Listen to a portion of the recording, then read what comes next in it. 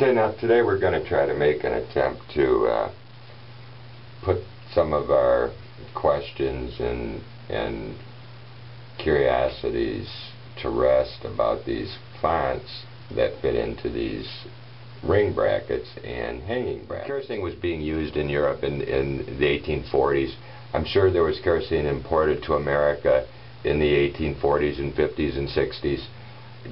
The middle-class America didn't see much of it. I'm sure it was upper-class America that used it. But it drove a lot of these manufacturers of glassware, of ironware, of brass manufacturers. It drove them to anticipate the upcoming need for kerosene lamps and single wick lamp burners, glass fonts. So there's a number of different companies that are getting ready for kerosene to hit the U.S. market in a big way. By taking a look at certain characteristics of these fonts, glass characteristics, brass collar characteristics in the shade, I determined, just like we did with the cast iron ring brackets, I predetermined ages of where I thought these fonts were gonna lie. One of the big factors is the early fonts contain lead and what they call flint glass. They're hard. They have a bluish cast to them. As we move on, you're going to see less of that. These are more iron oxide.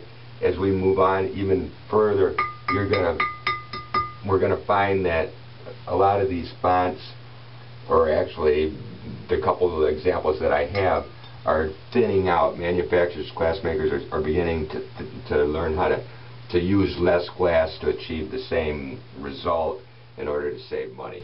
Okay, now all of these fonts fluoresce under the black light. You can see here even the later ones from what we think is 1900 or so, turn of the century, they fluoresce. It's because they contain iron oxide. The earlier glass makers, this Jenkins font probably contains flint, or more likely lead. This is probably leaded glass. As the Civil War period went on, there was a shortage in lead, so they started to use iron oxide in place of the lead in glass to create the clarity that they were after. That's got a deep yellow tone to it, so this is still, we're looking at back in 1870, that possibly has lead in it. This is a Bradley and Hubbard font. As we move up, these are more likely have iron oxide in them. Iron oxide was phased out during World War II when iron became more scarce and more in demand. They came up with different ways to achieve the same clarity and strength. Now, one of the things we found out was that through different characteristics here, I found out that all of these in the front row I believe to be Bradley and Hubbard fonts. These in the back row, they all have, on the bottom of them, they have a marking of C. Every one of them has that C on it. Now, it was quite a challenge to try to figure out what that C stood for. I looked at a lot of websites, early glassmakers' marks. I found one reference to a C. I didn't really put much weight into that. My conclusion is that that C stands for the Corning Glass Works. Corning Glass Works was founded in 1851. They operated under the name of the Bay State Glass Company. They later moved to Brooklyn and operated under the name of the Brooklyn Flint Glass Works. In 1869, they moved to Corning, New York, and operated under the name of Corning Glass Works for many years. Obviously, the Corning Glass Company is still in operation today, which is really remarkable.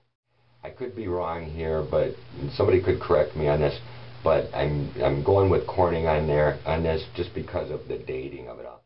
So we've pretty much narrowed it down to these being Bradley and Hubbard and these being Corning or whoever manufactured it. There's a good possibility that Corning manufactured all the Bradley and Hubbard spines as well. They just didn't put their mark on the bottom of it because there are certain similarities. I don't think so, because I think Bradley and Hubbard were the kind of corporation that would have tried to do everything in-house to make a profit. That's why they were as successful as they were. Okay, so all of these fonts are produced in what's called a 3-part mold. They call it a 3 mold. I prefer to call it a 3-part mold. It really should be called a 4-part mold, because the 4th part would be the base here, which also is used to press that glass in. These are considered early American pressed glass. Even though there's no texture to them, it's still a pressed glass. In these 3-part molds, there's a base, there's a top of the mold, and then there's 2 hinge sides of the mold.